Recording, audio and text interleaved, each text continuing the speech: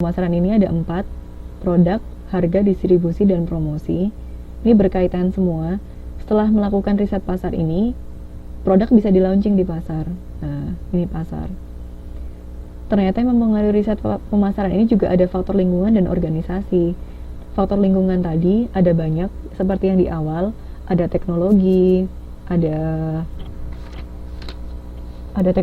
globalisasi, ada berbagai hal tadi, ada sekitar 12 atau 10 faktor-faktor lingkungan yang bisa merubah riset pemasaran, dan juga organisasi. Organisasi di sini adalah dari perusahaan itu sendiri. Jadi bagaimana perusahaan mengorganisasi riset pemasarannya. Nah, itu yang disebut dengan elemen-elemen dari strategi pemasaran.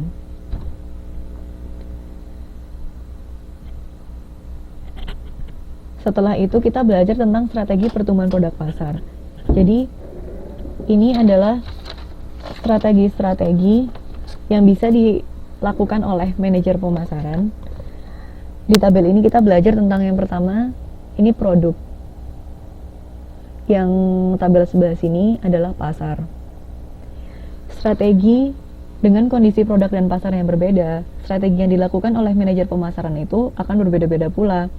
Yang pertama, contohnya produknya sudah ada, namun dipasarkan di pasar yang sama, sehingga strategi yang dilakukan adalah strategi penetrasi pasar.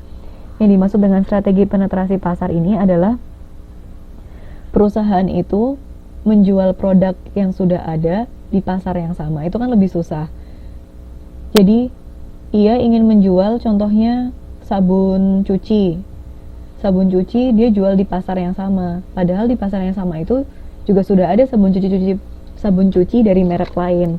Nah, oleh karena itu perusahaan itu melakukan strategi penetrasi pasar. Contoh strateginya seperti apa? Contohnya, ia menjual sabun cuci dengan harga yang lebih murah dibandingkan sabun cuci dari merek lain. Nah, itu contoh dari strategi penetrasi pasar. Bisa juga ia melakukan periklanan secara terus-menerus atau promosi gencar-gencaran. Jadi walaupun sama-sama sabun cuci dan sama-sama di tempat yang sama, itu konsumen tuh lebih mengenal atau lebih memilih sabun cuci yang kita produksi. Dari Mbak Anis, menjual dengan harga lebih murah. Iya, ini tepat sekali. Itu yang dimaksud dengan strategi penetrasi pasar. Menjual dengan harga lebih murah dan bisa menjual dengan promosi yang gencar-gencaran. Nah, itu bisa disebut dengan strategi penetrasi. Selanjutnya adalah strategi reformulasi. Jadi, penyempurnaan produk yang ada. Itu yang dimaksud dengan strategi reformulasi. Bagaimana caranya menyempurnakan produk dengan kondisi yang lebih baik.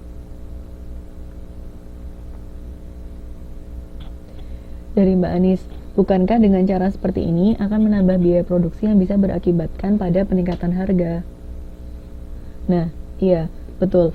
Jadi, ketika kita menambah biaya produksi, itu juga biasanya akan meningkatkan peningkatan harga. Cuman, kadang-kadang seorang manajer pemasaran itu untuk mendapatkan harga yang lebih rendah, biasanya dengan kualitas yang sama baiknya, namun dikurangin bentuknya atau dikecilkan, dia akan membuat produk dengan ukuran yang lebih kecil, dengan harga yang lebih rendah. Jadi seperti itu. Jadi seorang manajer pemasaran itu harus kreatif atau memiliki seni-seni untuk menghasilkan produk dengan kualitas yang baik, dengan keinginan konsumen, tapi harganya juga lebih rendah. Nah, seperti itu. Ini yang dimaksud dengan strategi penetrasi pasar. Untuk yang strategi reformulasi, ini adalah strategi untuk menyempurnakan produk. Misalkan produknya itu kurang bagus atau kurang disukai masyarakat karena alasan A. Nah, di strategi reformulasi ini, ia akan menyempurnakan produknya itu menjadi produk yang lebih baik. Untuk selanjutnya adalah strategi penggantian. Strategi penggantian ini adalah menggantikan produk dengan cara yang lebih baik lagi.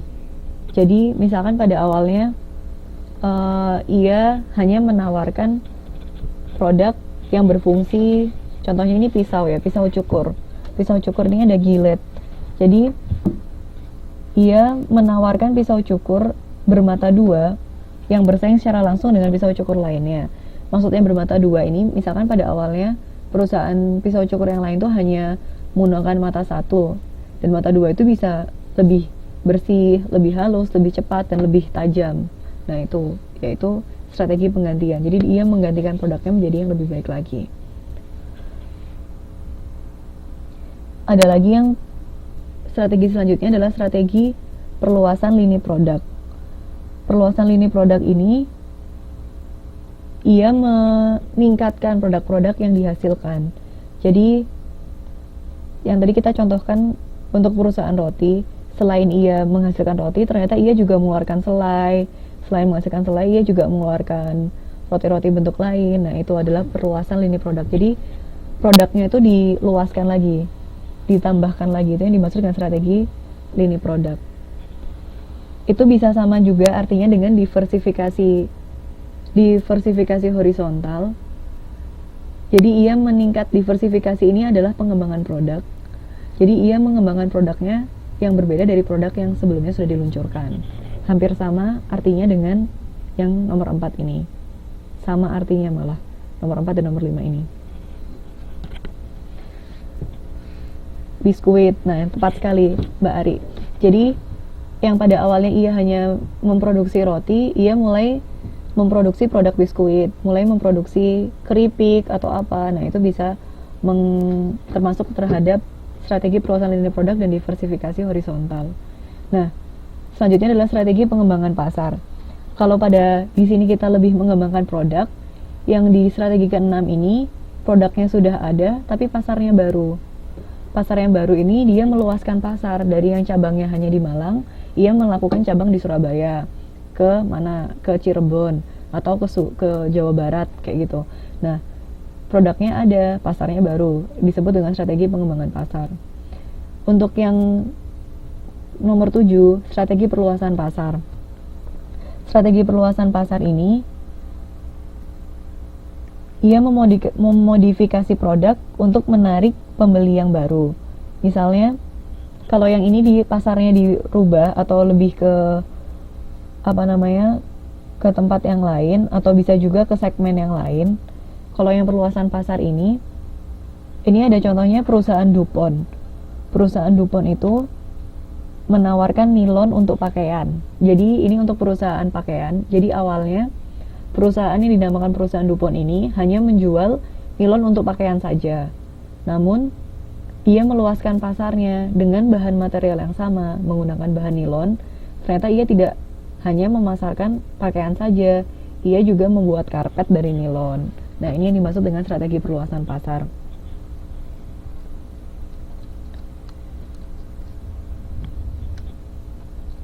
Selanjutnya adalah strategi diferensiasi produk. Diferensiasi produk ini dengan produk yang sama, yaitu sampo contohnya. Sampo yang awalnya hanya untuk kulit kering, dengan diferensiasi produk itu, dia juga bisa membuat sampo untuk rambut yang berketombe.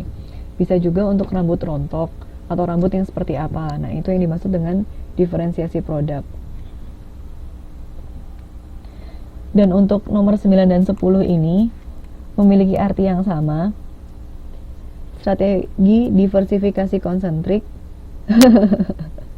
rambut putih dan strategi diversifikasi konglomerasi. Yang dimaksud dengan nomor 9 dan nomor 10 ini adalah ia ingin memasuki kelompok pembeli baru. Jadi pasar yang baru ini ke kelompok pembeli baru.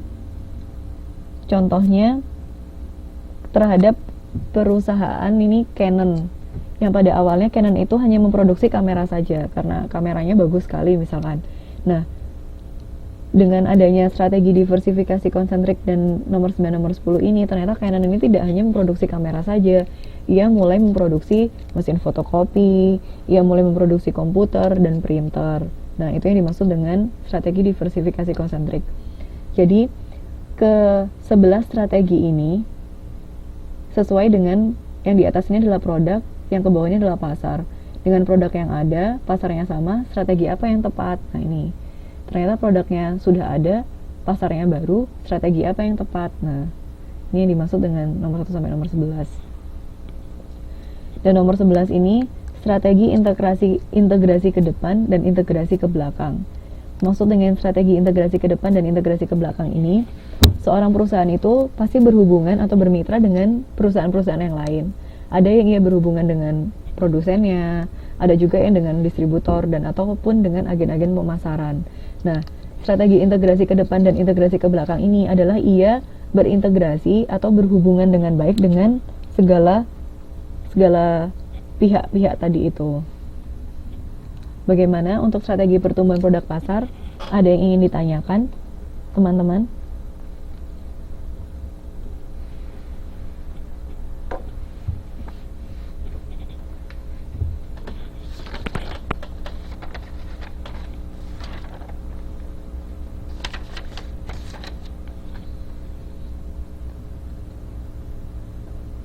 Ada berbagai banyak strategi dan tergantung dengan bagaimana kondisi produk dan pasarnya. Ini ada nomor 1 sampai nomor 11. Ada yang ingin ditanyakan untuk strategi pertumbuhan produk pasar?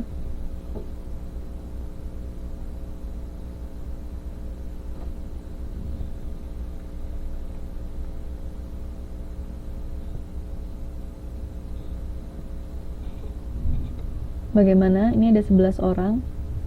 Mas Prianto nih kok jadi diem, Pak RT-nya. Terus Mbak Uswatun, Mbak Sulastri, Mbak Galuh.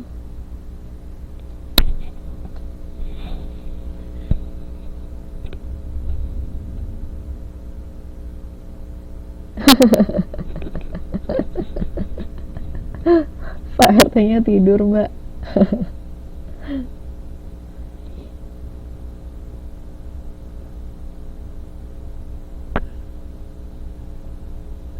Dari masing-masing strategi itu mana yang paling baik, Mbak? Jadi kalau dikatakan mana yang paling baik itu tergantung dengan bagaimana kondisi yang dihadapi. Nah, kalau kita berhadapan terhadap pasar yang sudah ada atau kita ingin mengeluarkan produk yang sama di pasar yang sama, nah strategi yang paling tepat adalah strategi penetrasi pasar. Cuman apabila kita ingin menghasilkan di pasar yang baru, yang paling tepat adalah strategi pengembangan pasar. 10 menit lagi ya. Ini masih ada waktu. Ini masih 1 jam 47 menit. Ya sekitar 10 menitan ya berarti ya. Jadi strategi yang paling tepat itu sesuai dengan kondisi yang dihadapi oleh perusahaan itu tadi. Nah, sambil kita lanjut ya. Ini masih ada beberapa hal. Yang selanjutnya adalah pelanggan sasaran. Oh, ini ada pertanyaan lagi. Bisakah kesemua strategi tersebut digunakan dalam mencapai tujuan organisasi? Dari pertanyaan dari Mbak Anis. Jadi, pada umumnya, ketika kita mengatakan bisa apa tidak strategi itu dilakukan untuk mencapai tujuan organisasi, apabila perusahaan itu ingin menerapkan semua strategi ini itu bisa. Jadi, contohnya perusahaan itu awalnya sudah menjual produk yang sama di tempat yang sama. Jadi pertama kali ia melakukan strategi penetrasi pasar. Seiring dengan berkembangnya waktu, ia ingin lebih memperluas pasarnya atau ingin maksudnya digunakan dalam waktu yang bersamaan. Oh, umumnya kalau digunakan dalam waktu yang bersamaan itu bisa saja, tapi tidak semua. Kalau semuanya di sebelah-sebelahnya ini akan membutuhkan biaya, waktu, dan juga banyak sekali yang dibutuhkan. Umumnya perusahaan itu menggunakan beberapa strategi yang ada ini secara bersamaan. Contohnya melakukan strategi 1 dan strategi nomor 6 kayak gitu. Jadi di waktu yang bersamaan yang pihak perusahaan itu akan membagi menjadi dua tim. Tim yang pertama menjual produk di pasar A. Dan tim yang kedua, ia akan menjual produk di tempat yang baru, yaitu di pasar B. Jadi, umumnya perusahaan itu bisa melakukan secara bersamaan strategi ini, namun tidak semua ke sebelah-sebelahnya, tapi dipilih mana yang diinginkan oleh konsumen. Apakah ingin melakukan nomor 1 dan nomor 6, ataukah ingin melakukan nomor 7 dengan nomor 8, atau seperti apa. Jadi, intinya harus mengikuti perkembangan lingkungan pasar. Nah, benar sekali. Jadi, manajer pemasaran ini harus melihat seperti apa